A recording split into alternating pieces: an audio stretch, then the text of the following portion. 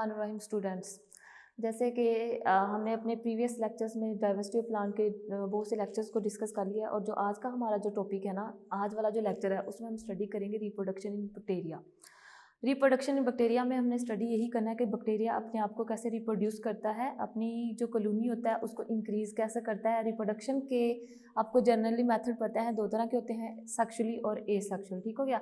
लेकिन जो बैक्टीरिया है ना उसमें जो सेक्सुअल मेथड होता है ना वो क्या होता है, एब्सेंट होता है। लेकिन as replace of sexual reproduction bacteria के अंदर ऐसा कौन सा मेथड है जिसको यूज़ करके अपनी मल्टीपल कॉपी को क्या करता है, बनाता है और उसको क्या करता है, इंक्रीज इन नंबर करता है। और इसमें एसेक्सुअल रिप्रोडक्शन होता है, लेकिन सेक्सुअल रिप्रोडक्शन की जगह ये अपना जितना भी इंटरनल जेनेटिक मटेरियल होता है ना उसको क्या करता है, एक्सचेंज करता है, एक बॉडी से दूसरी बॉडी में ट्रांसफ़र करता है, जिसको इन शॉर्ट नाम दिया जाता है जेनेटिक रिकम्बिनेशन। हमने फर्दर जो नेक्स्ट हमारे लेक्चर होंगे उसमें हम पढ़ेंगे, इसको डिटेल में पढ़ेंगे, जेनेटिक रिकम्बिनेशन के डिफरेंट मेथड कौन से हैं, किस तरह से वो अपने जेनेटिक मटेरियल को क्या करता है, एक्सचेंज करता है, ट्रांसफ़र करता है। लेकिन जो आज का हमारा लेक्चर है ना वो किस पे है, एसेक्सुअल रिप्रोडक्शन में है। एसेक्सुअल रिप्रोडक्शन के डिफरेंट मेथड है जिसके थ्रू वो अपनी मल्टीपल कॉपी को क्या करता है, इंक्रीज करता है, रिप्रोड्यूस करता है, like budding, fragmentation, cyst, binary fissions and endospores formation. जो इम्पोर्टेंट टॉपिक है ना एसेक्सुअल रिप्रोडक्शन में पेपर पॉइंट ऑफ व्यू से वो है बाइनरी फिशन और एंडोस्पोर्स फॉर्मेशन।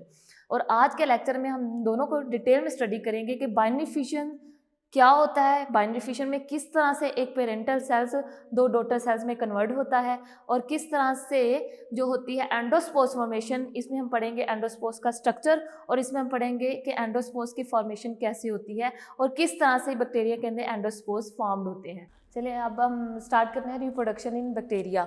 जैसे कि अभी मैंने पहले बताया कि आज वाले लेक्चर में हम स्टडी करेंगे कि बैक्टीरिया में रिप्रोडक्शन कैसे होती है, बैक्टीरिया कैसे रिप्रोड्यूस करते हैं, इसके डिफरेंट मेथड हैं। वैसे देखा जाए तो रिप्रोडक्शन के जनरली 2 मेथड होते हैं, एक होता है एसेक्सुअल और दूसरा होता है सेक्सुअल रिप्रोडक्शन। लेकिन बैक्टीरिया में सेक्सुअल रिप्रोडक्शन यानी कि गमेट की जो फ्यूजन होती है वो क्या होती है, एब्सेंट होती है।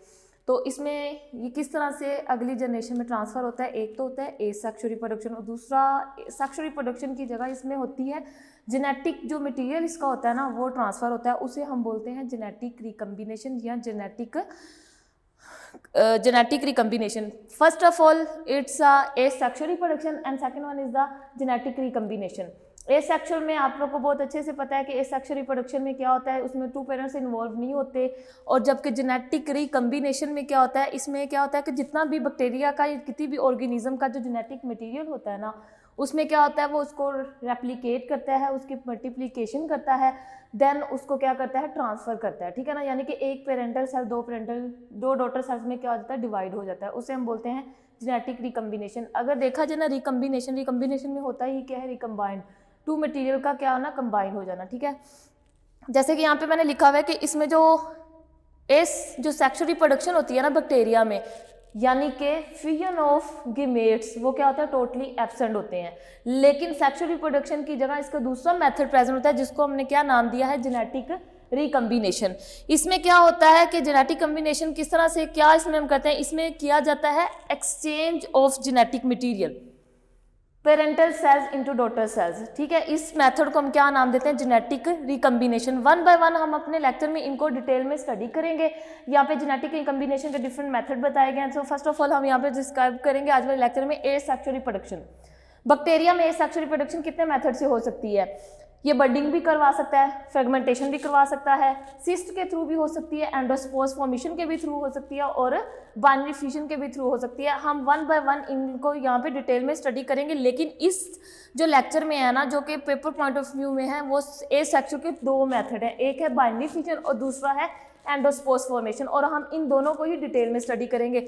लेकिन अगले जो दूसरे मेथड है ना वो ज़्यादा इंपॉर्टेंट नहीं होते, लेकिन उनका थोड़ा सा आपको पता होना चाहिए। लाइक यहाँ पे लिखा हुआ है फ्रेगमेंटेशन, नाम से पता चल रहा है फ्रेगमेंटेशन, यानी कि जो भी पेरेंटल सेल्स होगा ना उसको हम फ्रेगमेंट में डिवाइड कर देंगे, उसको छोटे छोटे सेगमेंट्स बन जाएंगे और वो सेगमेंट फर्दर डिवाइड होकर एक न्यू बॉडी बना देगा, ठीक।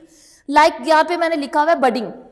बडिंग क्या होता है, किसी भी पेरेंटल बॉडी के ऊपर एक एक्स्ट्रा आउटग्रोथ डेवलप हो जाती है जिसको हम बड का नाम देते हैं। अगर उस बड को सेपरेट कर दिया जाए तो वो new parental, new daughter, new generation में क्या हो जाता है, कन्वर्ट हो जाता है, उसको हम नाम देते हैं, उस प्रोसेस को नाम देते हैं बडिंग।